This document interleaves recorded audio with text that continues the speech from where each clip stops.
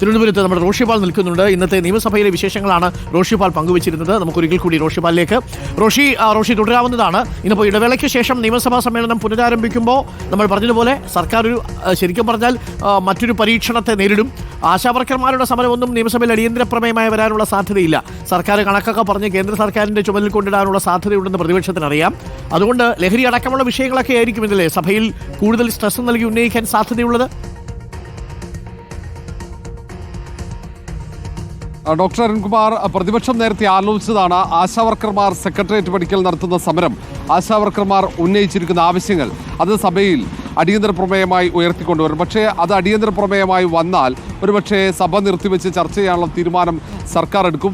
അത് പ്രതിപക്ഷത്തെ സംബന്ധിച്ചിടത്തോളം വെട്ടിലാകുന്ന ഒരു തീരുമാനമാകും. കാരണം ഉമ്മൻചാണ്ടി സർക്കാരിൻ്റെ കാലത്ത് 1000 രൂപ മാത്രമാണ് ഈ ആശാവർക്കർമാരുടെ വേതനം എന്നതും കേന്ദ്ര സർക്കാരിൻ്റെ നിലപാടാണ് ആശാവർക്കർമാരെ സഹായിക്കുന്ന കാര്യത്തിൽ സർക്കാരിൻ്റെ നിസ്സഹായതയ്ക്ക് കാരണമെന്നും അവിടെ വിശദീകരിക്കാൻ സർക്കാർ ശ്രമിക്കും. അത് വലിയ പ്രതിസന്ധി ഉണ്ടാക്കുമെന്ന് മനസ്സിലാക്കിയാണ് ആ വിഷയം അടിയന്തര പ്രമേയമായി കൊണ്ടുവരുന്നതിന് പകരം ആശാവർക്കർമാരുടെ വിഷയം ചോദ്യോത്തരവേളയിൽ ശക്തമായി ഉന്നയിക്കാനുള്ള തീരുമാനം പ്രതിപക്ഷം എടുത്തത്. ചോദ്യോത്തരവേളയിൽ ചോദ്യമായി വരുന്നുണ്ട്. അതിനൊപ്പം തന്നെ ഭരണകക്ഷി ഇത് ശ്രദ്ധ ക്ഷണിക്കലായി, കോളിംഗ് അറ്റൻഷനായി കൊണ്ടുവരുന്നുണ്ട്. ആശാവർക്കർമാരുടെ കേന്ദ്ര അവഗണനയാണ് ശ്രദ്ധ ക്ഷണിക്കലായി സഭയിൽ ഭരണകക്ഷി കൊണ്ടുവരുന്നത്. അതിന് പുറമെ പ്രധാനപ്പെട്ട 2 ബില്ലുകൾ ഉന്നത വിദ്യാഭ്യാസ മന്ത്രി ആർ ബിന്ദു അവതരിപ്പിക്കുന്നുണ്ട്. അതിൽ ഒന്ന് സ്വകാര്യ സർവകലാശാല നിയമമാണ്, രണ്ടാമത്തേത് സർവകലാശാല നിയമ ഭേദഗതിയാണ്.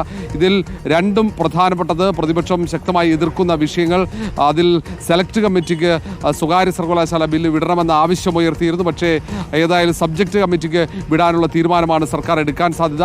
സഭാ സമ്മേളനം കഴിയുന്ന 25-ന് സഭയിൽ ഈ ബില്ല് പാസ്സാക്കുന്ന രീതിയിലാണ് കാര്യങ്ങൾ പോവുക. പക്ഷേ ഈ സഭയിലെ സർവകലാശാല നിയമ ഭേദഗതി ബില്ലിനെ സംബന്ധിച്ചിടത്തോളം കടുത്ത എതിർപ്പുണ്ട്. അത് ഗവർണർക്ക് തന്നെ അതൃപ്തിയുണ്ട്. കാരണം ഗവർണർ, ചാൻസലർ കൂടിയ ഗവർണറുടെ അധികാരം കവരുന്നു എന്ന ആരോപണമുയർന്ന സാഹചര്യത്തിലാണ് അതിന് ഒരു അംഗീകാരം നൽകാത്തത്. അതിന് അംഗീകാരം സഭയിൽ അവതരിപ്പിക്കാനുള്ള അംഗീകാരം നൽകിയിട്ടില്ല എന്നാണ് നമുക്കറിയാൻ കഴിയും. ഇന്നലെ വൈകിയും.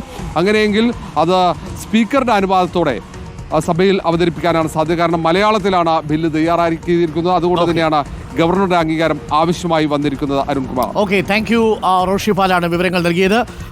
അങ്ങനെ സ്വകാര്യ സർവകലാശാല നിയമ ഭേദഗതി ബിൽ എന്നിവ ഇന്ന് സഭയുടെ പരിഗണനയ്ക്ക് വരും. ആശാവർക്കർമാരുടെ സമരം സഭയിൽ ഉന്നയിക്കും. പക്ഷേ അടിയന്തര പ്രമേയമായി ഉന്നയിക്കാനുള്ള സാധ്യത കുറവാണ് എന്നാണ് റോഷിപാൽ റിപ്പോർട്ട് ചെയ്യുന്നത്. കാര്യം ആശാവർക്കർമാരുടെ സമരം, അവരുടെ ഓണറേറിയം വർദ്ധിപ്പിക്കുന്നതടക്കമുള്ള വിഷയങ്ങൾ പ്രതിപക്ഷം സഭയിൽ ഉന്നയിച്ചാൽ ഉടൻ തന്നെ സർക്കാർ അടിയന്തര പ്രമേയത്തിന് അവതരണാനുമതി കൊടുക്കും. അവതരണാനുമതി കൊടുത്താലുള്ള പ്രശ്നം പിന്നീട് 2-2.5 മണിക്കൂർ ഉമ്മൻചാണ്ടി സർക്കാരിൻ്റെ കാലത്തെയും പിണറായി സർക്കാരിൻ്റെ കാലത്തെയും താരതമ്യം ചെയ്യും. പിണറായി സർക്കാരിൻ്റെ കാലത്ത് 500-ൽ നിന്ന് 1000 വർദ്ധിപ്പിച്ചതെങ്കിൽ 1000-ൽ നിന്ന് 7000 മാറ്റിയത് ഞങ്ങളല്ലേ എന്ന് സർക്കാരിൻ്റെ വാദമുണ്ടാവും. കേന്ദ്ര സർക്കാരിനും കുറേ പഴി കിട്ടും.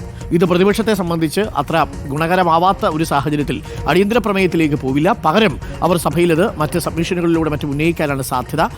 എന്തായാലും സർക്കാരിൻ്റെ നിലപാട് നമുക്കിന്ന് സഭയിൽ അറിയാം.